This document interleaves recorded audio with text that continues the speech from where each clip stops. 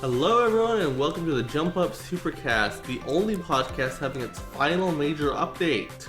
I'm your host Muzzy, and joining me today is Brandon. Fuck the internet. Noah. I'm the server maintenance. Ills. Can become Blink now. And Will, who's here but not hosting. I'm trying to work on my posture this week. Oh, so that's important. I'm sitting up more straight. Well, you don't have much more time because we're no longer going to be updating this podcast, so, you know. I know, that's why. It was my final act. What a way to go out. What a way to go out. Don't lie. Big guns. Don't lie to the people. No, Jump Up Supercast is still going. It's just, you know, we're not getting any more firmware upgrades, you know? No major updates No will more come to new this features, podcast. You know? Like, we're done with new We'll features. never have a guest ever again.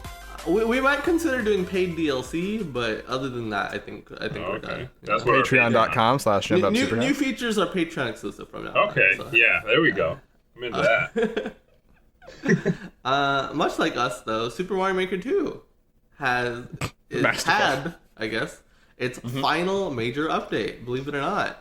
So this is it for Mario Maker, but they're going off with a bang, I would say, because first of all, let's get the big thing out of the way. It has a world maker. Now, this is probably the most requested feature since the original Super Mario Maker game. World maker. World maker, and with this, you can make a world map, Super Mario World style, right? You can have 8 different. It's not interconnected like. I'm assuming Noah didn't watch the update trailer. I did not know. Oh well, you know you're in for a surprise. We're though. learning live. So you can make 8 different worlds, or what do you call each? Well, whatever. They're worlds, yeah. There are 5 levels per world, 8 worlds. And then so there's 5 levels per world, and you can group those 8 worlds into a game. Yeah, that's what they say. And then so you have one singular game of 40 levels that you made, up to 40 levels. Wow. Yeah, it's really cool. Again, this is probably the most requested feature since the original game, besides slopes, right? And it even has, you know, you have the castle theme, you have all your other themes. You know, you can see Peach in the background being like, "Oh, save me!" You're making your own Mario game with this update. You can even like name it like Super Moozamil World. Exactly. Yeah, so and then so every person can upload one of their own games to the World Maker course.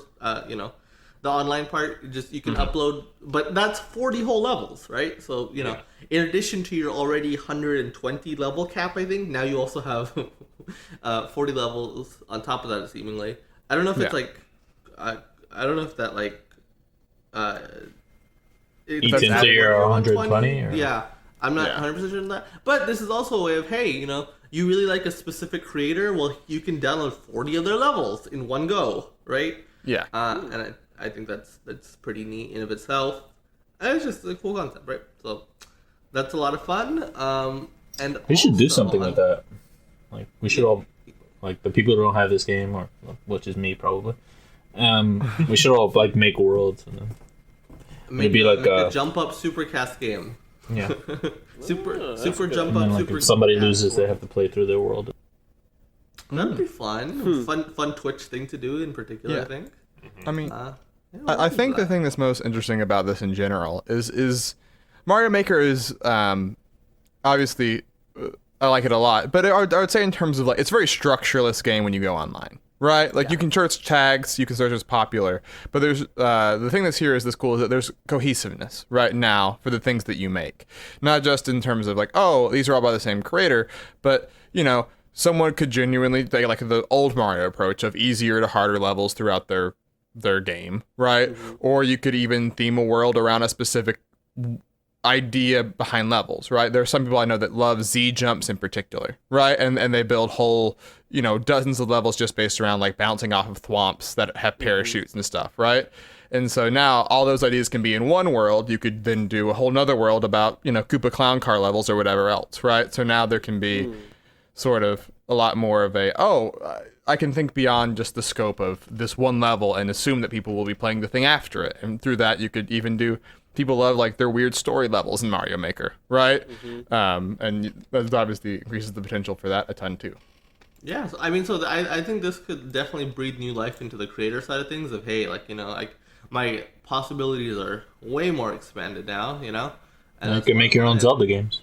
You can, because this big December update did add Link, but there's some other power-ups that got added this time too. Not just power-ups, but other things too. But power-ups wise, I think a lot of cool stuff got added. So each style of the main 4 got one new power-up, right? Super Mario Brothers, I think, got the most notable addition because it's not something from the original game. It got a Super Mario Brothers 2 power-up. And so what this lets you do in the Mario Brothers 1 style is turn Mario into that Super Mario Brothers USA looking sprite, and he has his moveset from that game, right? So he can hop on enemies and then grab them from underneath, and can do a lot of fun stuff with that. Yeah, That's really cool. I like that. I mean, a lot of people wanted a Super Mario Bros. 2 style, but I think this is a good middle ground, right? Of like, hey, they listened in some way, right? And I think that's neat in of itself. And for me personally, I think it's also interesting because if it was just Super Mario Brothers 2, that would have been cool, right? Yeah. But in a way, there's a side effect to this is they show in the thing you pick up the chain chomp, right, and suddenly you're walking around with this chain chomp in your hands in the Mario 1 style, and it's attacking enemies for you, right? It's kind of like the part in Link's Awakening a little bit. Exactly. You get a little chain chomp to protect you, and that goes for like, and seemingly you can hold pretty much every enemy. Seemingly. Yeah. And other interactive elements. And so it's neat that if it was just Mario Bros. 2, there would be a lot of things that would clearly interact in the ways that you expect them to from that game, right? Because Mario 2 plays by such different rules than the rest of 2D Mario. It's almost more interesting to me to see this moveset put on top of this very familiar Super Mario Bros. 1 style, right? And sort of like the ways that it intersects to me are almost more interesting. Yeah, maybe in 3 they'll mix them up more. Like you'll get stuff from like different games and different styles instead of them being locked behind certain style. Individual ones, yeah. We'll see. And maybe you'll get fucking Samus. I assume Mario Maker 3 is a little bit ways off though. So the other 3 power-ups that got added to the other 3 styles are what you found in those original games. So Super Mario Bros. 3 added the frog suit, great power-up, glad it's in here. Super Mario World added the pea balloon, so Mario turns into a big old fatty and can fly in the air freely. And the new Super Mario Bros. U style added the main power-up from that game, the Super Acorn, which was bafflingly missing in the original style. I'm sorry, the main power-up is the cat suit. Well, not new Super Mario Bros. U. Oh, my bad. I thought you meant the world. No. And then, don't worry though, 3D World, though, despite being its own thing, also got some new stuff. It got essentially 5 new power-ups, right, in of itself. Jesus. It got little wearables that you can use in it. One of them is the cannon box, so you can wear a cannon box on your head and do fun stuff with that. Fires bullets. Cannon balls. You can use the propeller thing, so it's kind of like the propeller suit in New Super Mario Bros. Also in 3D World, I'm pretty sure that thing was already in there. Yeah. Or at least 3D Land. You can put a POW block on your head, which, self-explanatory what a POW block would do. You can wear a Goomba head, and I think this one's neat because it lets you essentially make some stealth levels because enemies, as long as you're using that Goomba head and like crouching and walking slowly, you'll fool enemies into thinking you're just a little Goomba. Which is fun. And then a bullet bill head, which lets you fly horizontally. Which, totally changes up ways you can make some levels. Let's make some shoot 'em up levels. Yeah. And they also added the boomerang flower. Oh, I didn't even realize that because was that even in the video? It was, but they didn't focus on it for a long time. Yeah, right. And so you get boomerang. Yeah, so 3D World got a lot of love. A lot of love here. And then there's some other stuff in general that they added for all the courses. I don't know if you guys want to shout anything in particular out, but also the Koopalings got added to the main 4 styles. So all 7 Koopalings individually, you can add that. That's a lot of fun. And they have the different traits they have in their games, which is cool. Yes, it's not just like, they're all one Koopaling with just different skins. Like, Wendy does her rings, Roy does the, like, ground pound, And I think the Koopalings are fun in particular with World Maker, right? Because now each world can have its own boss. Yeah. Which is... That's true. Yeah. Anything else from the update you guys want to shout out? Or general This is thoughts? a minor thing, but it's actually, well, they didn't shout it out, but it quietly got added. On-off switches didn't work in the same way in 3D World that they did in all the other modes, which limited some of the 3D World levels that you could make, especially on-off blocks in particular. Then that got added just very quietly. When they showed off the Boomerang Flower, they showed that off too. And so there was people that I saw that are still very active in Mario Maker being like, this is actually like a thing that I didn't make 3D World levels because of this not being there, and now I am going to make a ton, right? I might even make whole worlds of them, was sort of the tone that they took, right? Which is cool. Fun stuff. Yeah, so I mean, this is a big update to go out on, right? For sure. Sad to see it done, but of course we're 10 months after launch now, right? So had to end at some point.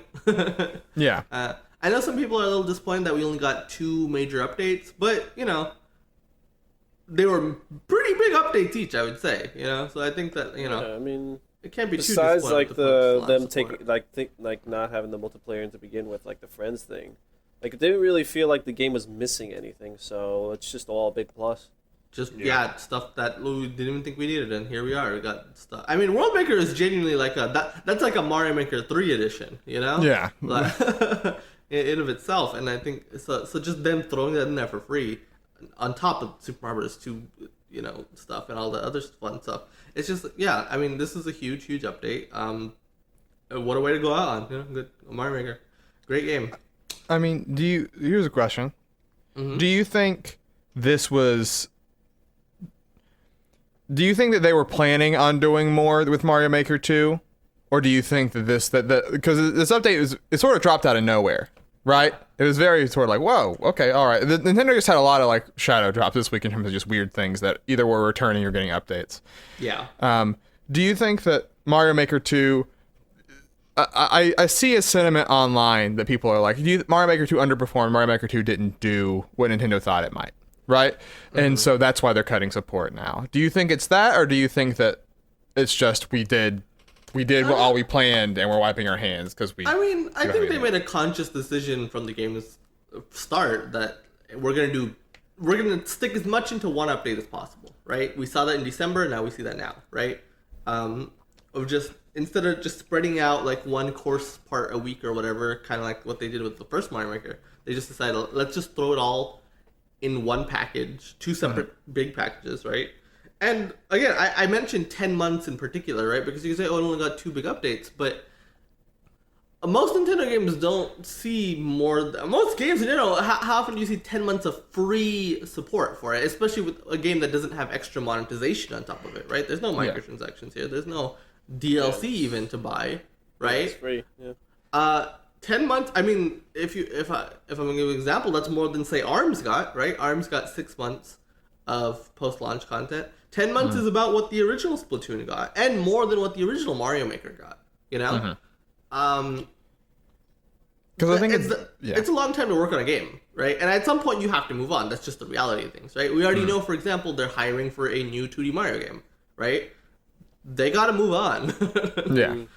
Because I think it's funny because I do feel like I've seen the take of like, they just did, the support wasn't the same level as Mario Maker 1. And if you look at Mario Maker 1 stuff right beside on paper next to Mario Maker 2, Mario Maker 2 beats it, like straight up, right? Like in terms of the number of things they have added that were like course parts and modes, right? Game-changing things. But I wonder like if it's just, sometimes there's, I mean, we talk about this with the next Nintendo update, right? Like, sometimes it's as much how you present the update as what you're actually adding in an update, Like Mario Maker 1, because it showed up, like, every 2 months for 6 months, people were like, oh, it's getting tons of stuff, even though it quietly, support dropped faster than Mario Maker 2 did, which I think is weird. I mean, it's the internet. People are going to whine. Sure. I think you already know that it seems pretty obvious to me, and I don't even follow Mario Maker, that Mario Maker 2 is a lot bigger in every way. Sure. Right, yeah, especially coming from a casual perspective, it does seem... I guess this is something like... It's kind of what I call the Destiny effect, right? Like, the most hardcore players are going to be the ones... The ones who are playing it every day are the ones who are going to nitpick the most, right? It's just the way these things go. But I do think Mario Maker 1, you bring that up, and I think it's funny because I do think it had very much of an effect of everything felt bigger in the Wii U era, right? Because that's all you had. And it wasn't just that they were they were doing more frequent but smaller updates on it, but it was also nothing was coming out to the Wii U, right? Mario Maker was all we had. Yeah, whereas you look at Nintendo's schedule after Mario Maker 2 came out last year, right? It's only been 10 months since then, and they've released multiple major games since then, right? Like, Fire Emblem came out like a fucking Pokemon month just later. came out. Fire Emblem was there. Link's Awakening was there. Luigi's Mansion. They just released a whole bunch of games in the interim as well. There's a lot going on the platform. Mario Maker's not the only thing going on here, and I think that I think that does change the perception just a little bit, right? Of Mario Maker just felt a lot bigger than it was, and plus the amiibo costumes, right? They did have the amiibo updates were sometimes the game of the month for Nintendo. We added Baby Mel. That's your March game. Hello Kitty's in there. But the new costumes in Mario Maker 1, they were very neat. Don't get me wrong, right? They're a very fun idea, but they were cosmetic at the end of the day. It is what it is, right? I think Mario Maker 2, every update has been this will change how you make levels, right? This is how you change how you play levels. I think that's just a world of a difference from just, hey, we here's the Sonic the Hedgehog costume, which again is very neat. Playing as Sonic the Hedgehog in a Mario game is just inherently very cool, right? But a random thing I want to go back to 1 second ago, where you just kind of casually mentioned that they were making they already got a team working on making a new 2D Mario game, right? Yes. I just want to say for that, I hope it's a new style of 2D Mario. I do too. I hope it's in the new style. I don't. No. I hope it's in a different style than the new Super Mario Brothers style. I hope that style is finished. I hope. We can talk about this for a little bit. I do think because we have a Mario Maker game on the Switch, because we have a new Super Mario Brothers U is on the Switch and selling great, right? I don't think they would double up, right? They're like, hey, new Super Mario Bros. Here's another new Super. If it's coming to Switch, right? I mean, just the thought of a 2D Mario in a new style. Is very exciting to me also because it's been a long time. The new Super Mario Brothers ain't really fucking new anymore. No, it came out in new Super Mario Bros. Style, like the actual style that we've had for over a decade now, is still going. I'm not going to be as excited. It's fucking went on longer than the original style. You know what I mean? And if you, to be fair, if you look at interviews that Takashi Tezuka, the main producer of the 2D Mario series, gives out these days, around 2016, 2017, he's like, hey, when we return to 2D Mario, we want to do something new with it. There is that desire already. He's publicly stating as such, right? Okay. And so we'll see when we get there, but I would doubt, especially if it's coming to Switch, which I think, if pre-production just ended, I think we could say Mario Maker's support ending when pre-production of that game ended, aligning makes sense, right? So if a new 2D Mario game is in full production now, right? It's almost certainly coming to the Switch. I doubt that the successor of the Switch is coming out anytime soon, right? Yeah. I really don't think they're gonna do 2 new Super Mario Bros. Games. The same reason why they won't do 2 Mario Kart games on the Switch, right? There's just no need. New Super Mario Bros. U Deluxe is still selling great. Super Mario Maker 2 is still selling great. And so I think it would have to be something different, you hear that? Mario Kart 9 is not coming. I don't want to hear that. Unless we get Super Nintendo Kart or something, where they say, fuck Mario, we're gonna do, because basically Mario Kart 8 is already in this game. Well, I hate him. But Mario Kart 8 is already a step in that direction, so maybe. We got Isabelle in there. We got Inklings and Link. Link, yeah.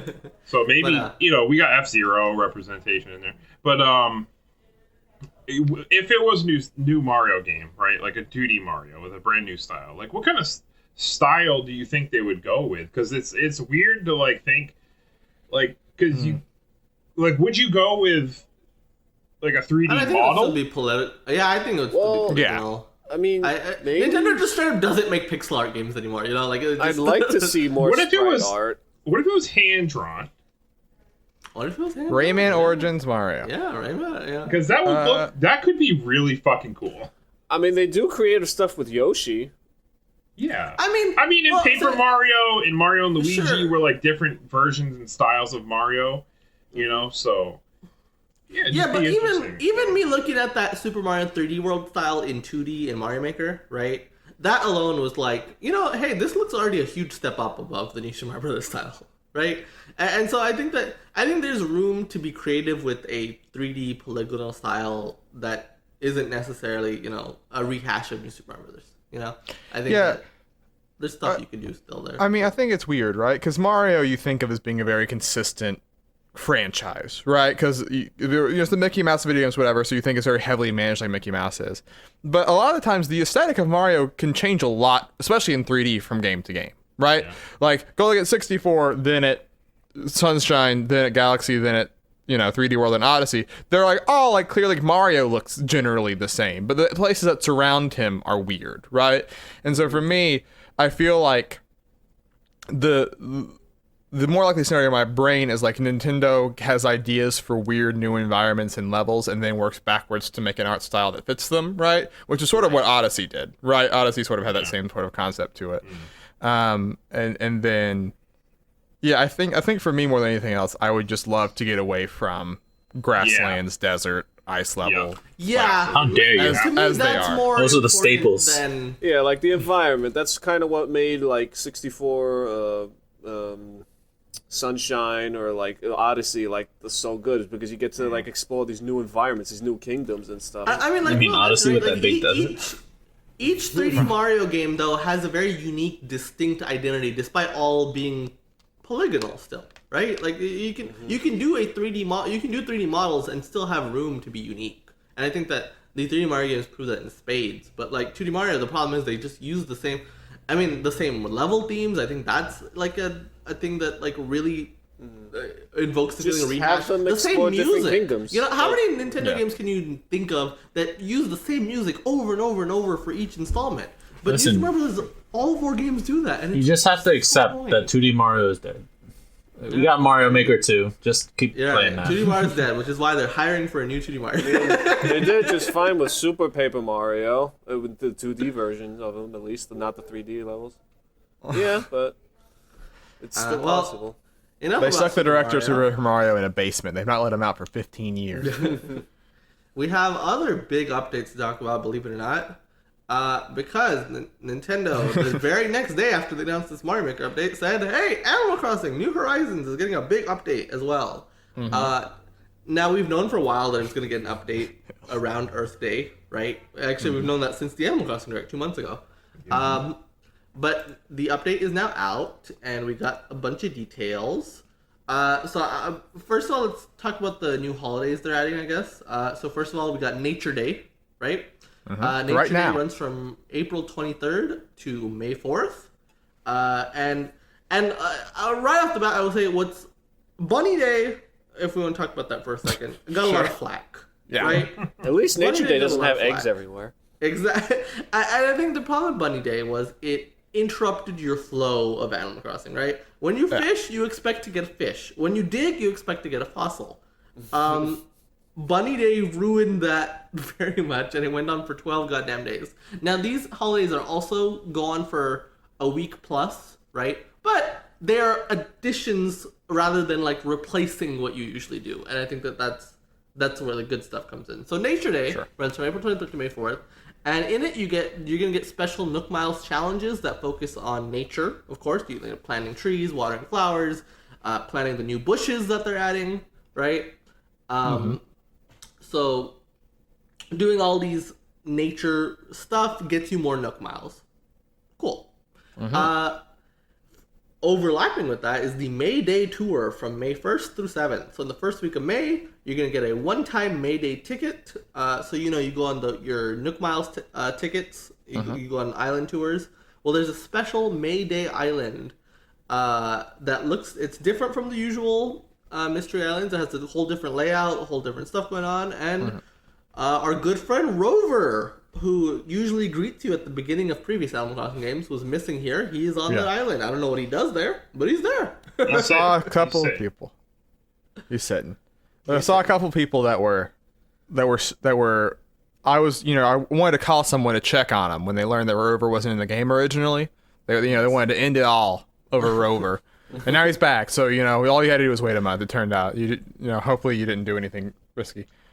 Also, the Mayday Island looks kind of like the Tortimer Island challenges that were in New Leaf, right? Where it was like a multiplayer thing.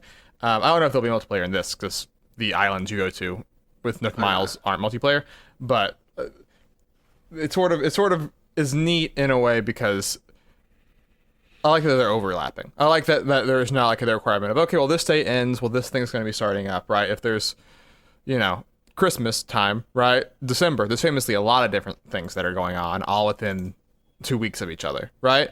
It'd be cool if, like, you can have 4 different festivals going on at one time, basically, in Animal Crossing. For times like that. Yeah, it's nice. Definitely, I like that they're overlapping, right? Because it's not like, okay, now nature is the sole focus of this, right? It is like, hey, there's more stuff going on still. Don't you worry. And again, none of these mess with just your normal Animal Crossing playing, which is important. Also in May, we have International Museum Day running from May 18th through the 31st. Yeah. So you get to celebrate the museum. You get to do a little stamp rally. So you baby. go, they'll tell you to go view specific fish, insects, fossils, whatever, and you collect stamps for that. So just exploring the museum gets you rewards. You get a special in-game reward for doing it all. What if somebody didn't even bother with filling up the museum and everything? Yeah, well, you got till May 31st. So You go. get on that.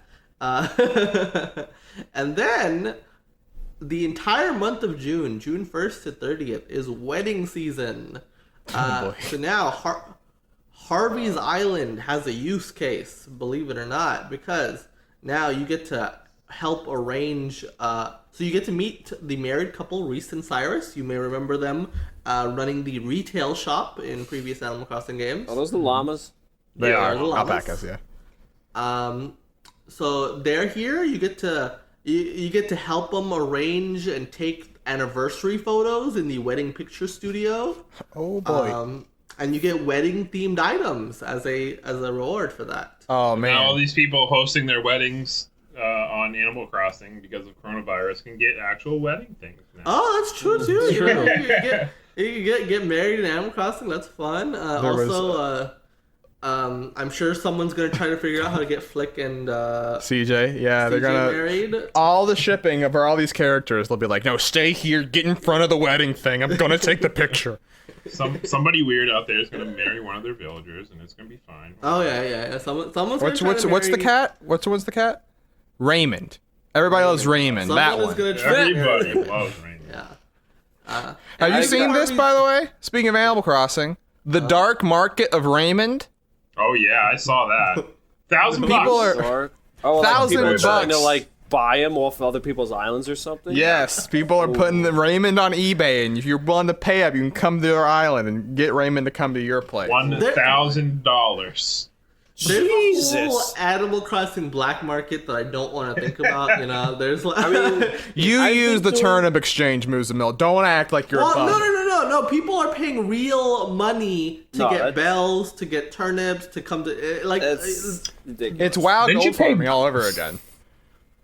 I have not paid real money to access anything in Animal Crossing. Didn't you pay money for a Fire Emblem Heroes character? Fire Emblem Heroes is Okay. a gacha game. All That's All the right. game. No, yeah, You know what you're signing up for. Animal Yeah, you know Crossing. what you're signing up for. Animal Come Crossing, on. you're It's the same gonna thing. Sign up for this. I mean, Anyway. I've traded with other people like items and shit, like furniture. Like I mentioned, Yeah. a few good things. That- But other than that, all that's going on. But on top of that, there's also a real money black market out there. So Yeah, it's wild gold farming all over again, get right? your fossils, get your whatever. Raymond is And your then best comment. 2 additions to the regular game outside of holidays also come in this update, or also I guess came in this update. Leaf's Garden Shop. So Leaf is added to the pool of traveling merchants that show up at your island every day, right? So one day you may get Kicks, one day you might get Leaf. Leaf sells obviously flowers. Sells the new shrubs and bushes that were not in the game yet. Now they are in the game. You can add little bushes to your island to help make it look nicer. So that's fun. sells flowers, all that. A plant, I assume Leaf sells trees and stuff. All that stuff. Just make your island a bit greener. So that's neat. New merchant. And then there's also one more new merchant. There's now, so every island has a secret beach, right? On the top of the island, north. On the top of the island. On that secret beach, a ship may port. And that is Jolly Red's, I don't know what he calls it. Treasure something. Yeah. So Jolly Red, who was in previous games as well. He's not Crazy Red anymore. He's not Crazy Red. Now he's Jolly Red. So he's on a boat and he's selling you art, right? He's selling you statues, paintings, all that jazz. You got to figure out which art pieces are real, which are fake. So there's a chance that you buy fake art instead of the genuine article, right? However, if you do manage to purchase the genuine piece, you can now donate that to the museum because the museum is getting upgraded. There's now room for, in addition to your fossils and your bugs and your fish, there's now a whole section dedicated to art. So players who love the museum, you have one more thing to add to that, which is, and I think we've mentioned it on the podcast before, but because the museum has gotten such a glow up now that we're in HD, right? You can actually appreciate this now.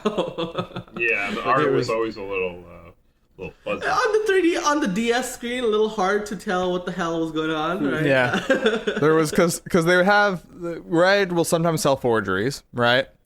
And sometimes there's supposed to be small differences you're supposed to notice. But on a 240p screen, there's like, that's a single pixel. I can't tell what that's supposed to be, you know?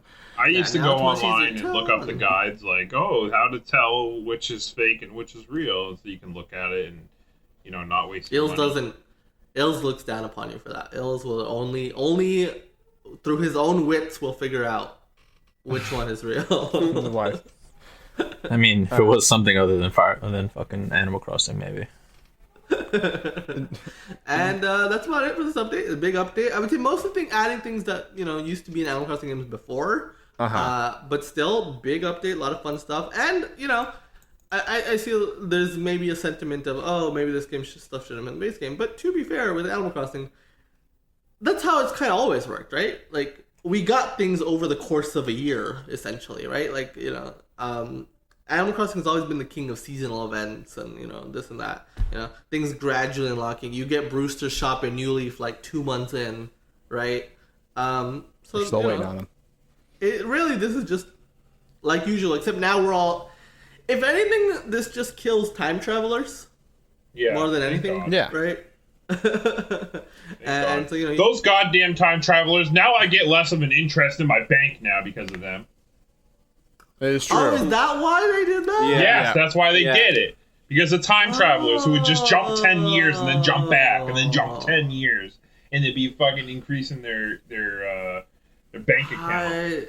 I was wondering, I was like, why? That's such a weird thing to add. Like, hey, also we changed the interest rate to be low. It's funny that it was, because that's such a thing that you think would be like behind the scenes, like quietly. But in a letter, they're like, we regret to inform you, we've changed the interest rates. And it's like, is this the Federal Reserve? Who's contacting me? It's Tom Nook, man. But these fucking time travelers ruined it for everybody now. We got smaller. They did give you a world map. Everything.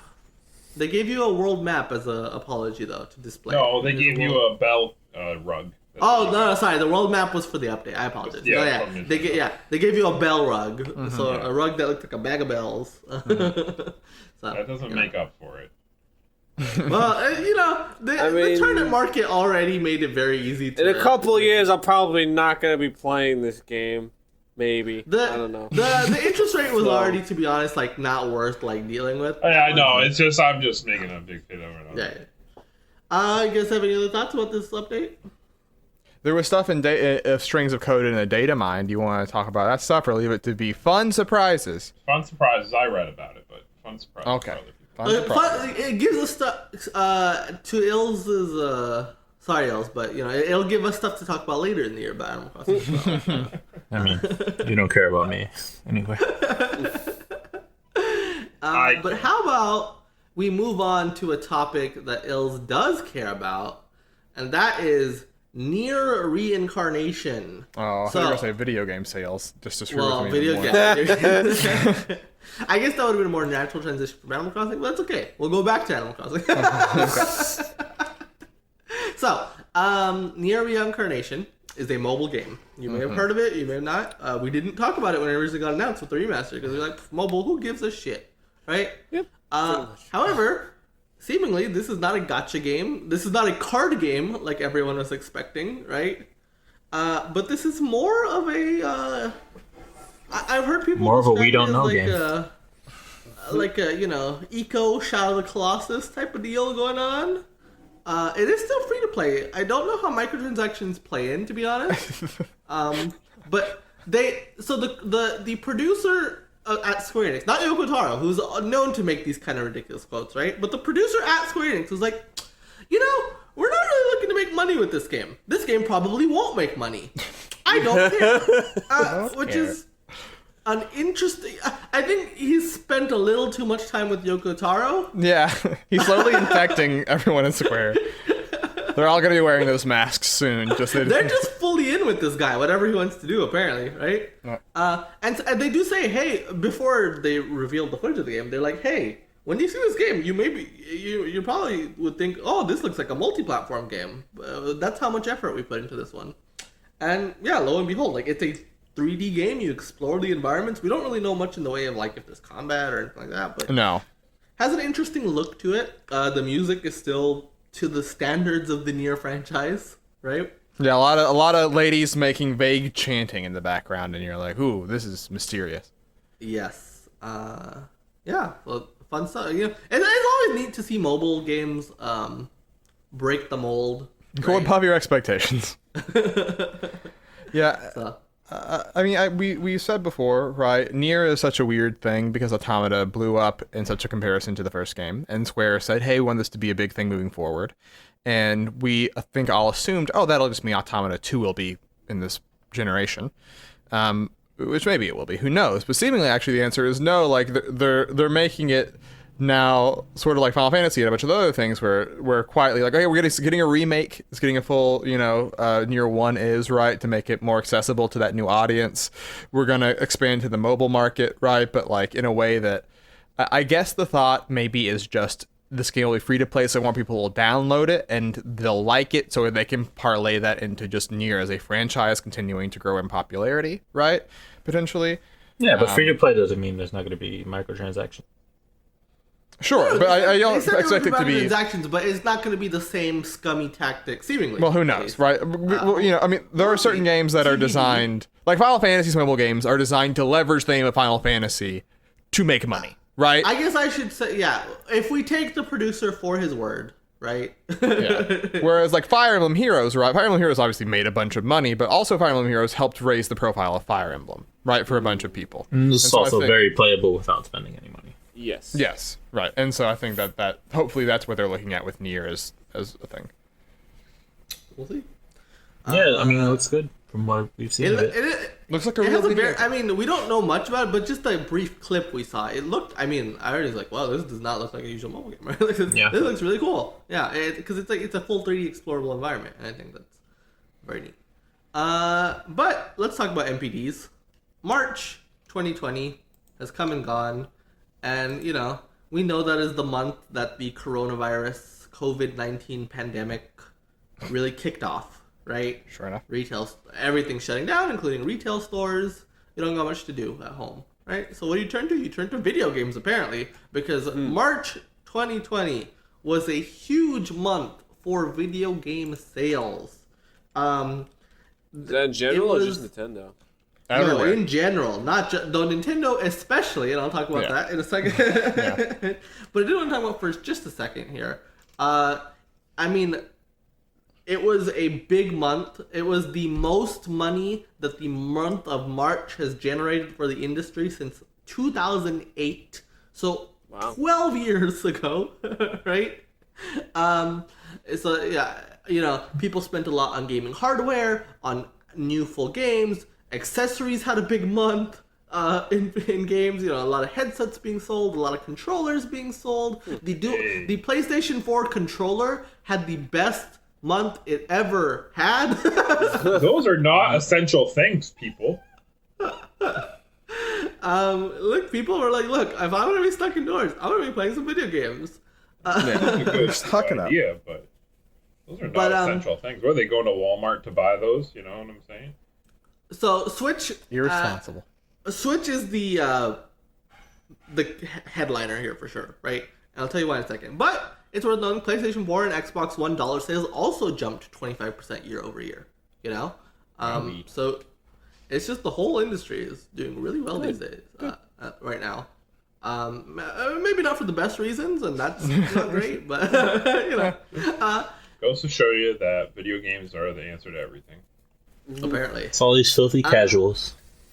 Yeah. So it is and this is just a funny note. This is the best month for accessory spending in the history of the NPD report. People buying a lot of game controllers. Yeah. What the fuck were they buying? You know. Yeah. Essential. You know? Buy food. Well, But the other thing, the big one, headsets.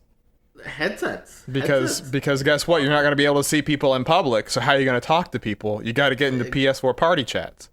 Or use the Nintendo Switch Online app to communicate with your friends over your phone. I'm staring sadly at my Nintendo Switch app, in case you're wondering. And I do think controllers too, right? Hey, multiplayer games. Hey, your kids are stuck at home. You don't want them constantly fighting over the TV. Here's some controllers so they can all play together. Yeah. So big month for the industry, but I do want to talk about the headliner here, right? And that is Nintendo Switch, and Animal Crossing. So Animal Crossing was the best-selling game of the month, no doubt about that. In terms of dollar spend, it has already passed the lifetime spend of every Animal Crossing game prior to this. So New Leaf, Wild World, the GameCube game, their records are blown the fuck away already. The entire life of those games, Nice. they've already passed them. And that's in 11 days. That game will continue to keep selling, of course. But on top of that, this is the third biggest launch for Nintendo ever. In the United States, I should say. Only behind Super Smash Bros. Ultimate and Super Smash Bros. Brawl. However, a lot of people are saying if you include digital, it's probably also ahead of Brawl. Because, of course, Brawl didn't have any digital sales. All its sales were physical. Whereas Animal Crossing, that's the kind of game that people want digitally on top of stores being closed, right? So it's the type of game that people are going to download, right? So, it potentially is the second biggest launch ever. Maybe it's possibly even bigger than Ultimate. Who knows? Worldwide, it definitely seems to be. Yeah, it depends. Animal Crossing also, by the way, is the second best-selling game of the year already, right? So it's higher than anything else that has Come out, only yeah. Call of Duty Modern Warfare is ahead of it so far. That's a lot of fun. Which was number 2. Number 2 was COD, so like... It's unstoppable. Oh yeah, and Call of Duty was the second best-selling game of the month, also. So, yeah, Call of Duty. That game has lags, by the way. Don't. Other new releases. And the Nintendo Switch. Sure. It had the best March that a console has ever had. Period. Nice. So the previous record holder was the Switch launch in March, because usually March is not like a big hardware month, right? And so obviously a launch would be a big deal. This overtook the sales of the launch month, Which was on the 3rd. Which launched early in the month, right? The 3rd. And, you know, I mean, it's just crazy that this is more than that, right? Like, just ever, this is the biggest month, March, ever. So how much did the Switch sell when it first came out on March 3rd? We don't have exact numbers because MPD doesn't give us those exact numbers. Right. But we know... We just do, We know this is probably around. It probably did around 1 million in the U.S. Yeah, it seemingly did about 1 million. Is the guesstimates that people are making. Which 1 million units in just the United States alone in the month of March, unprecedented, right? So we did a lot more than that. And then, what? So then they did a lot more than that this March. Yeah. Well, yeah. So like, who knows how much they did, right? And then on top of that, it had the best Q1 sales, so January, February, and March together, of any console since the DS in 2010. So any Q1 after that, right? Whether that was from the 360, the PS3, PS4. If you push DS numbers, those are the That's a big deal. And this is kind of unprecedented for a Nintendo system in its 4th year, right? As a lot of analysts have noted, Nintendo sales tend to drop off by this point. Switch is seeing its best year ever in its 4th year on the market. And yeah, I read some Washington Posts and shit, and they're like saying that the Switch is doomed and the hardware is like outdated now and nobody's gonna want it. And I'm like, what are you talking about? So, in general, I think Animal Crossing is clearly the big star of the show here, right? And I think that it's fascinating that this is bigger than any Mario game that launched. This is bigger than any Zelda game that launched, right? Animal Crossing is a top tier franchise. Yeah, I think it's undeniable at this point, right? Software sells hardware. Who would have thought? Who was that? I think that's I think that's funny, right? Because for a while, I know Brandon often was supposed to be like, people they don't give Animal Crossing credit, right? I feel like it's hard to, It's hard not to now. Yeah, I think that most people expect like, hey, this will probably be like a top 5 seller for the Switch, right? In terms of like games, but like it could very easily get to number 2, right? It could potentially pass Smash, right? Because it's such a worldwide juggernaut, right? Like it's already. Who would have thought that was possible? Yeah, right? Because Smash, keep in mind, was 3 times the amount of what the previous bestseller had done, right? Like when its early months, and Animal Crossing got a similar sized bump, right? So there are games that do better. Very few games don't do better on Switch than they did on the Wii U, obviously, right, or even 3DS. But the scale of the bump can vary a lot, and Animal Crossing is on the upper end, let's say, right? It's got a huge boost in popularity. And I think Animal Crossing versus Smash is especially noteworthy, right? Because Smash Ultimate is a bigger launch in the US, at least from physical sales, right? Mm-hmm. But that was in a holiday month where video game spend is much higher than the rest of the year. Yeah. And it was at the beginning of the month, December 7th. It had almost an entire month of tracking. Animal Crossing had 11 days, right?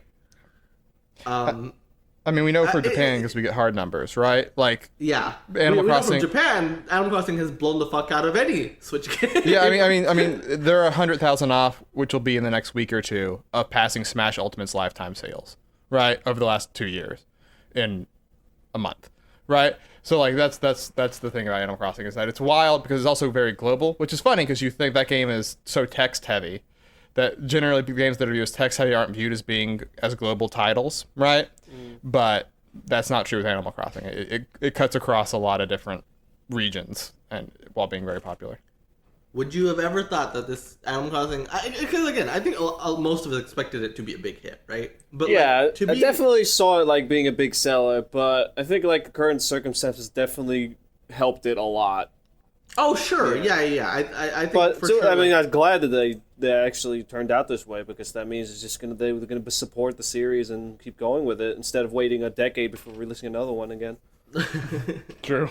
Or maybe this one just sells for the next decade. Who knows? Right? Or maybe they look at it and say, you know what the people want? Amiibo Festival 2. Put it into production. I mean, if they support the game with updates for a very long time, which I'm sure they will. I mean, it's going to make it easier to play the game for a.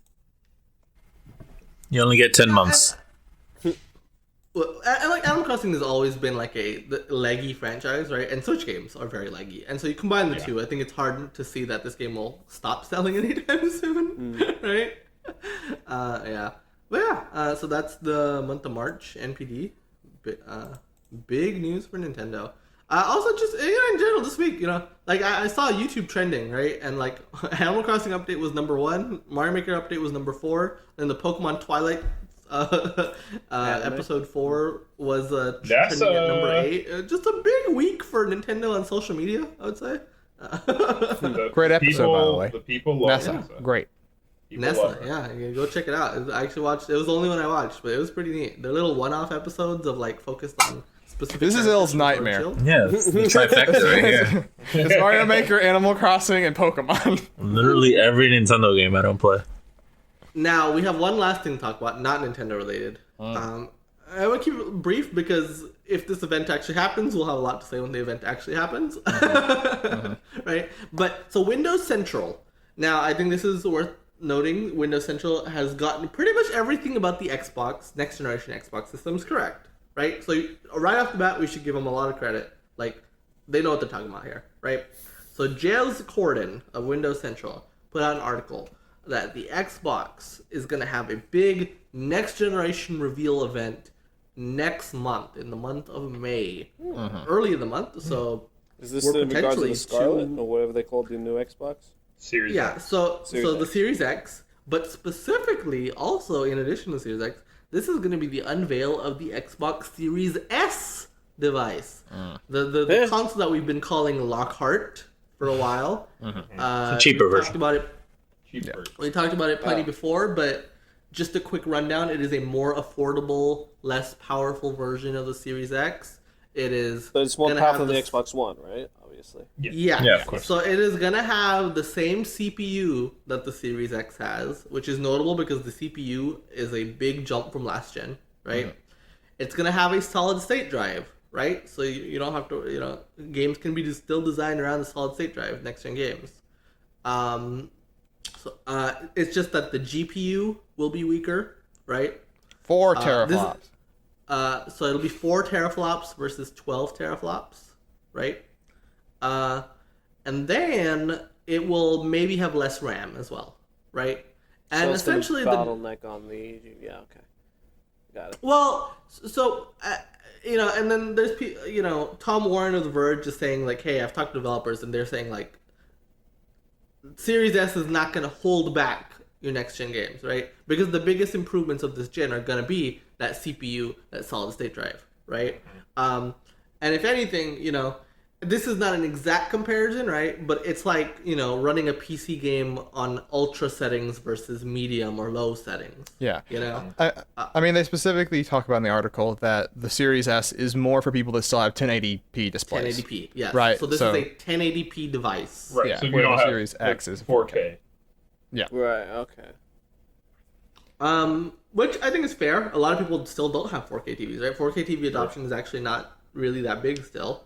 It's big enough to cater to, but like, hey, there's some people who don't You give can a have shit. Right? You can have both. And you get it at a cheaper price. So Yeah, I was going to ask about that specifically, because a thing that's been in my brain is like, hey, at the risk of getting too dark, we're sitting at a pretty high unemployment rate right now, right? The economy's probably going to slow down for a while, right? And so suddenly, but these two consoles that are both probably looking down the barrel of being $500 in November feels like a very different thing than it did 3 months ago, right?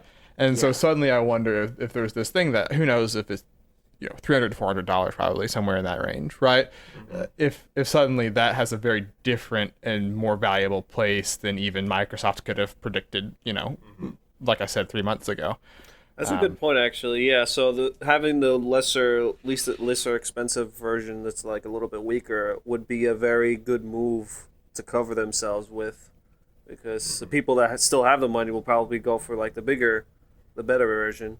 Whereas the people that still want Xbox, but because of everything that's going on, can't spend enough money to get the big one, they'll probably settle for the lesser one, which, again, is a good idea.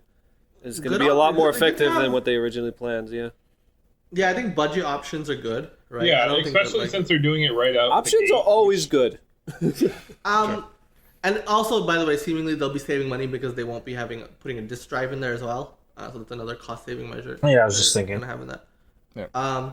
And it's interesting to know, and obviously Amazon does not tell the full story, right? But if you look at Amazon, you look at the video game hardware sales on Amazon, the Xbox One S All Digital Edition, which is the cheapest home console on the market right now, has been the best-selling home console. Right? I'm not counting Switch there, obviously, because that's its own thing. But the S All Digital has been selling more than the regular Xbox One S, more than the One X, more than the PS4, more than the PS4 Pro, right? Any individual version of those consoles, the S All Digital, at least in 2020, selling better than all those, quietly, right? Yeah.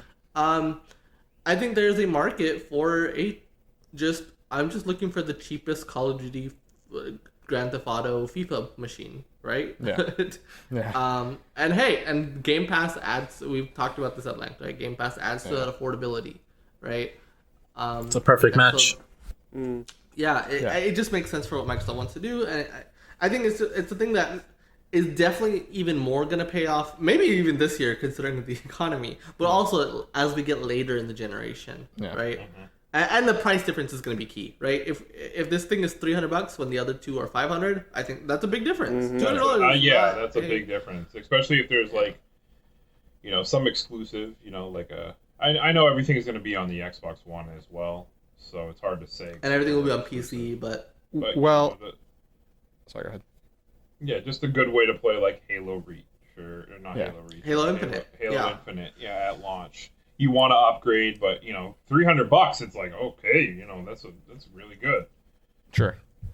An interesting part of that sort of leads credence to the Lockhart existing, right, the Series S, or whatever they're going to call it, is that they announced today that the next run of 1Xs they're going to do is going to be their final run of production. They're going to stop producing 1Xs soon.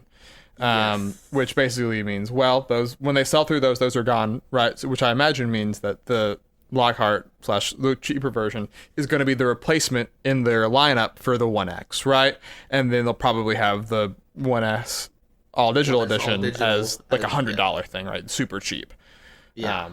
And those three being your lineup, I think makes a lot of sense, right? Because you kind of cover everyone in that, right? You have your super high end Series X, you have your mid range Series S, and then for the real budget, the people who come into the generation 7 years in, you have your S all digital, right? Which is going to be super cheap. Yeah, and even that could play fucking Halo Infinite. So holy. Yeah.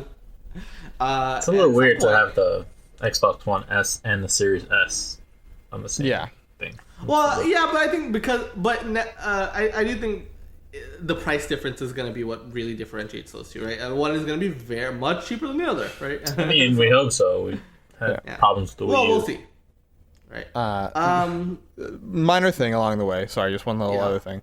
Phil Spencer himself tweeted today, basically being like, "Hey," because part of this too was that originally they were planning for this potentially to be in June with E3, but they're moving it up to May more than likely. And Phil Spencer basically tweeted saying, essentially, "Yeah, we're reviewing plans about how we're going to share information, and like we're adapting to the situation."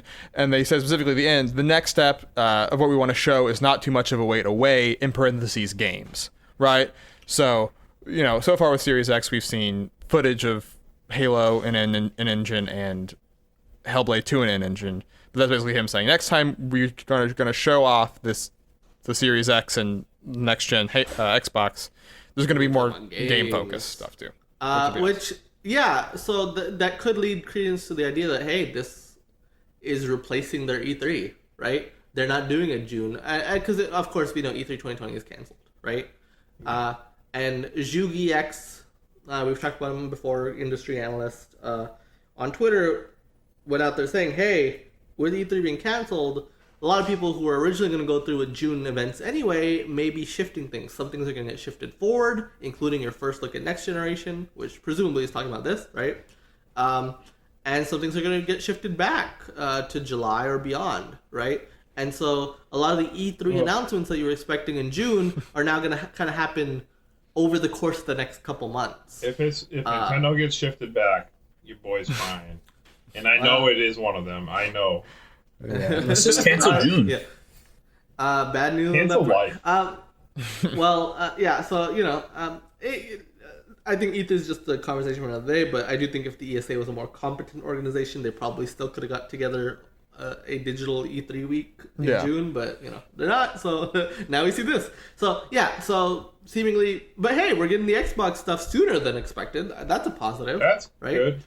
And on the games front, we have one specific game rumored in here. So obviously they said Halo Infinite's going to show up, right? That's to be expected. That is the premier launch game of the system. But also we may see Fable, a new Fable game.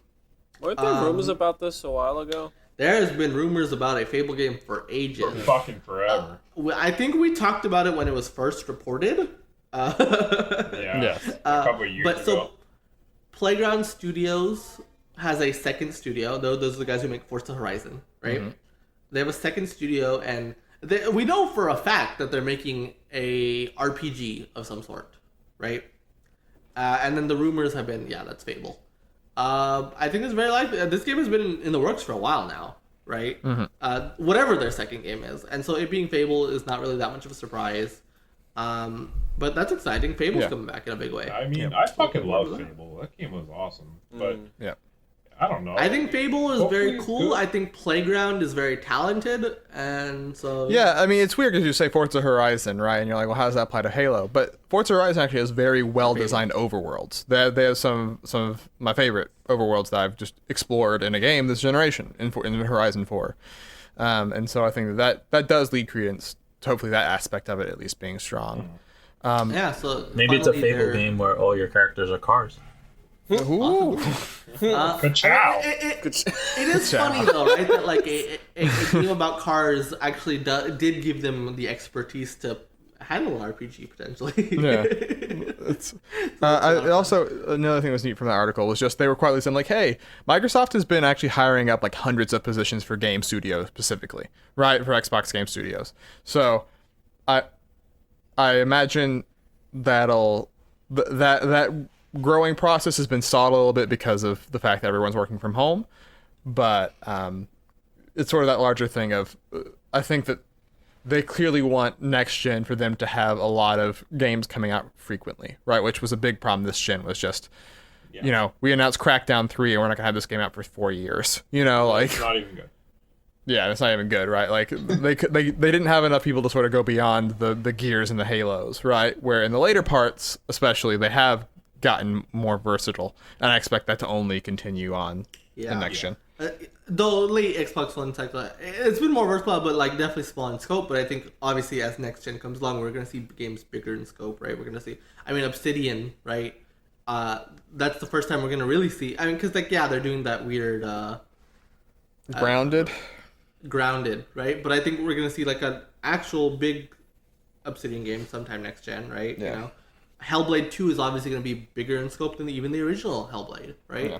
And so I think there's a clear hunger from Microsoft to not just be the place where you play all your third-party games, right? Which obviously Series X is going to be the best place to play those games on console, right?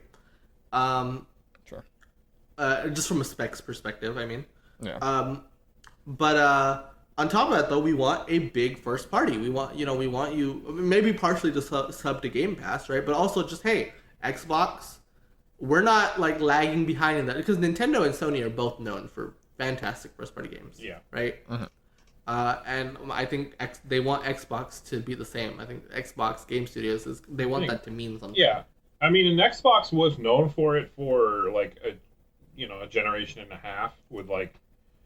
Early Xbox 360, the original 360. Xbox. Yeah, early 360 with like Gears and Halo 3. They were killing it, right? And then they just kind of stopped. At one point, Gears and Forza were new IPs, right? Believe it or not. On Xbox 360. They were huge. And they were groundbreaking things, right? And so like now just expanding that repertoire and coming back to that, right? And maybe more than ever before, right? And that's exciting. So, and we know for a fact they have a lot of studios now, right? They have, I think, over 14 studios. A lot of them are big names too, right? So, we'll see. We'll see the fruits of that labor soon, hopefully. I'm looking forward to this Xbox event. It'll give us something to talk about. We forgot about the biggest news. They unveiled their fucking logo. Yeah, true. Oh, yeah. A trademark came out. You can look it up. The Series X logo. We don't know if that's going to be like the main logo. We do know that's what they're going to use for like branding, like on a sweatshirt or like whatever. They'll be using it for that. Probably the actual logo. It looks interesting. It's fine. It's fine. It's different. Yeah. It's different. I feel just as much about this as I did for the PS5. Yeah, It's just boy. pretty much. Gets the point Which is why across. which is why I didn't bring it up, but I guess we did bring up the PS5 logo, so it's only fair that we did that here too. Must have been a slow week. It was. We've talked a lot about news actually, surprisingly, but we do have one more thing to go through, and that is the list. The list. So, check out the paste bin in the description below to follow along, because the list, it's not a best of all time list, right? But instead we just add one game every week to this ever-growing list and compare it and rank it against everything else on it. Last week we added Teenage Mutant Ninja Turtles 4, Turtles in Time, at number 74. Actually, so on the box art, does it say TMNT or does it say Teenage Mutant Ninja Turtles? TMNT. No. I think it says both. I don't remember. That's the old box art. It's Super Nintendo. Okay, I mean, I'm just saying, we gotta fix it on the list. Probably That's the says title. Teenage Mutant Ninja Turtles. I remember But like seeing in the one very for- small writing. Yeah. So, It okay, has- well, It has. So, It says yeah, it says the full thing. okay. So TMNT 4, Turtles in Time, we put that at number 74, courtesy of Noah. This week, Ills is adding. Ills, take it away. Speaking of not very good games, but games that must be added, I'm gonna go back to the old club like I always do. And now that I have 3 people here that are from that old club, we're gonna add First Samurai. Oh, First Samurai. First Samurai. Now, what the hell is First First Samurai. Yeah, that's It's- a good question. It's a pretty It's a obscure action platformer game. It's very much like, all right, think of Samurai Jack, and it's basically a game that on that premise, but less cool. Less cool, okay. Yeah. What system was it on? I mean, yeah, What system was it on? weird. It's on You're a samurai. You go through time. Okay. It's exactly like Samurai Jack, but yeah, it's on Super Nintendo, Yeah. and it's pretty stiff. It's 5 levels. It doesn't look that good, but I mean, it plays decently. Who is it made by? Okay, so it's not anyone notable. It might. I don't know. You have to ask Noah. Shigeru This is Miyamoto made this game. this was a Noah pick. Yeah, this is one I picked for the old game club. Okay, cool. Anything else notable about it that you want to mention? No. What about? I mean, it plays pretty solid. I mean, Yeah, it's a pretty fun, like, you swing a sword around. It has, like, some interesting mechanics, like with your life bar. You have, like, 2 life bars, essentially. If you lose your first life bar, you lose your sword, and then you go into, like, hand-in-hand combat using your oh fists god, and that your was feet. horrible. Yeah, it's So bad. in my head, I'm picturing like Ninja Gaiden, but with a samurai instead. Is that somewhat It's a lot similar? stiffer than Ninja Gaiden. Yeah, don't imagine. Ryu Hayabusa is pretty versatile. Okay. This guy I is mean, you not. do have, like, sub-weapons, like grenades and, like, axes and knives and shit as sub-weapons. Yeah. But you also... Oh, yeah. Would you say there's it's closer also- to almost like how like Simon moves in Castlevania? Yes, But, like, a lot, well, faster than Simon, obviously. a little bit. Yeah. Yeah, it's kind of like that, actually. And, like, it's a 2D platformer, so... And you traverse, like, all over the screen. Like, you go up, down, left, right, everywhere. It's not, like, from left to right.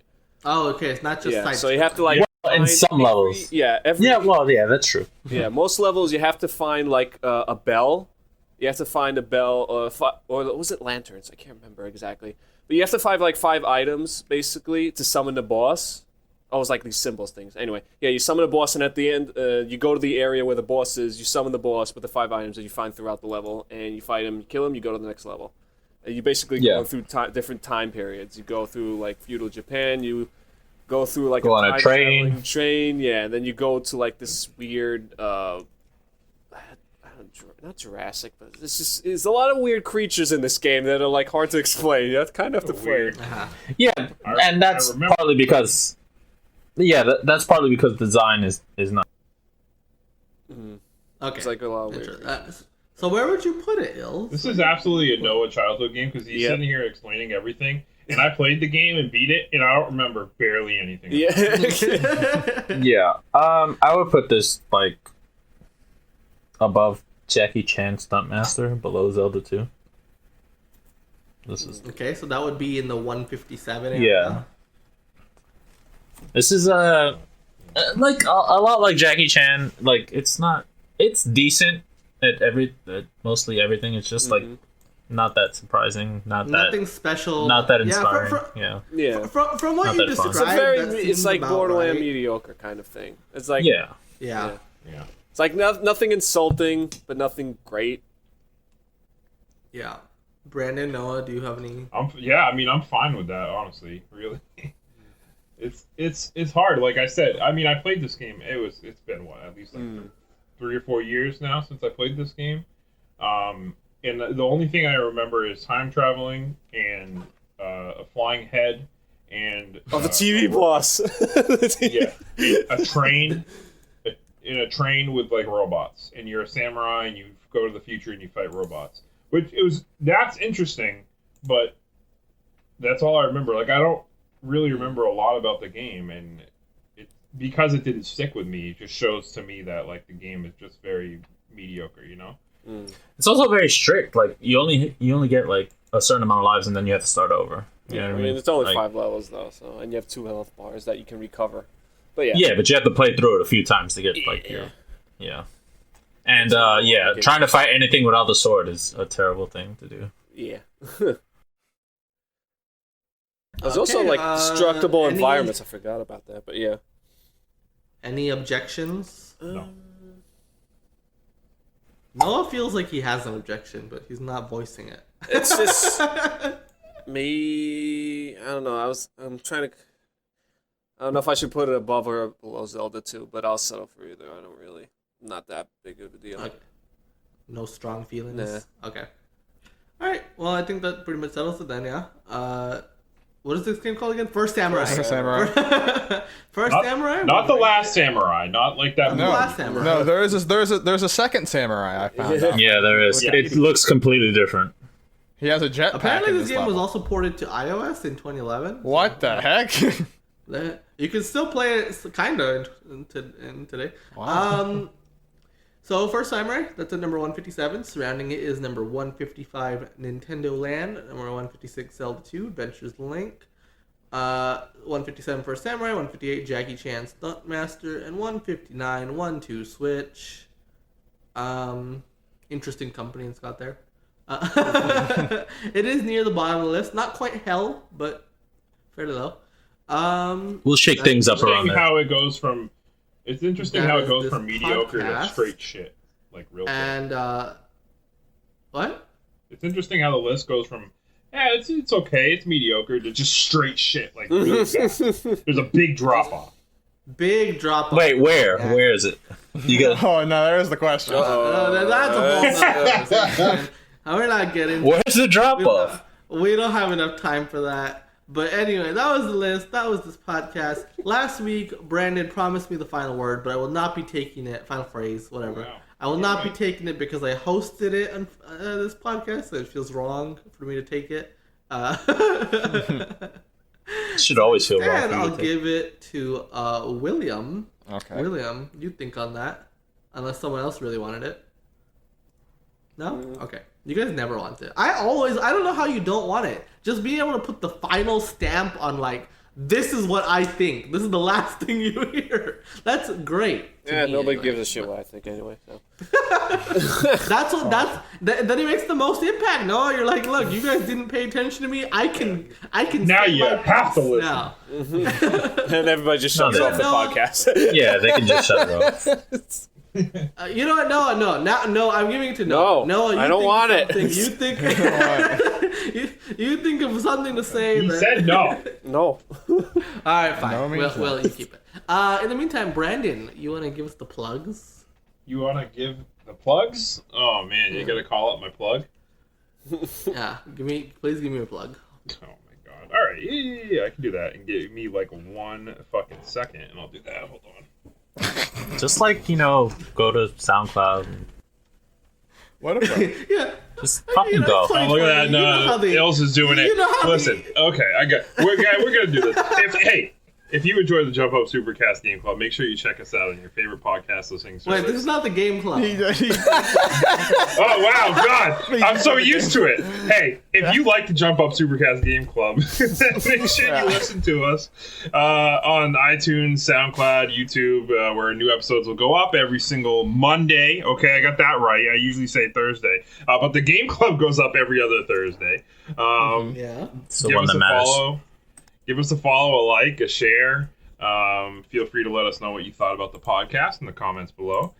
Support us if you like what we do. We have a Patreon where for just $1 a month you get a chance to choose a game club game that we play every round, and you can also join our Discord server and talk to us about video games there. And you can follow us on Twitter, Facebook, and Instagram to stay up to date on everything Jump Up Supercast related. And you can even catch us streaming from time to time on twitch.tv/jumpupsupercast, where maybe Muzzy will finally play fucking video games. Don't hold your breath. Don't. I mean, to be fair, there's also 5 other people that could be streaming. Yeah, but you're the one who We're not promised. the ones who made promises. Yeah, you're the one who promised. That's Yeah. true. You're not wrong, but So anyway, there's 6 other days in the week. But listen, we didn't make promises. If I made a promise, you bet your ass I'd be following through on it. So anyway, besides that, follow us on Twitch. But who the hell's doing the last raise? Will? You? Well, What's up, brother? All right, William, take it away. don't make it a feel good one, okay? No, I'm not. I'm not. Ah. You didn't need to tell me this. His last Alright. one wasn't even feel good. You gonna make him be mean twice in a row? Well, here's what I had, right?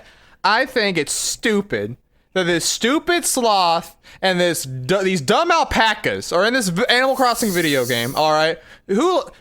Who's out there that loves those sloths? No one, right? They're stupid. But you know what is good? An owl, a pigeon, that serves you coffee.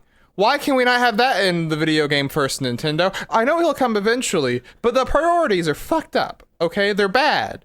Give our good friend Brewster the chance to flourish, to grow, right? You have millions of people that have never seen him before, and they don't know how good a cup of coffee can be in Animal Crossing. So put him in. Actually, just cut the alpacas. We don't even need him, right? Make the beaver and the lizard fuck instead in the wedding chapel. Jeez.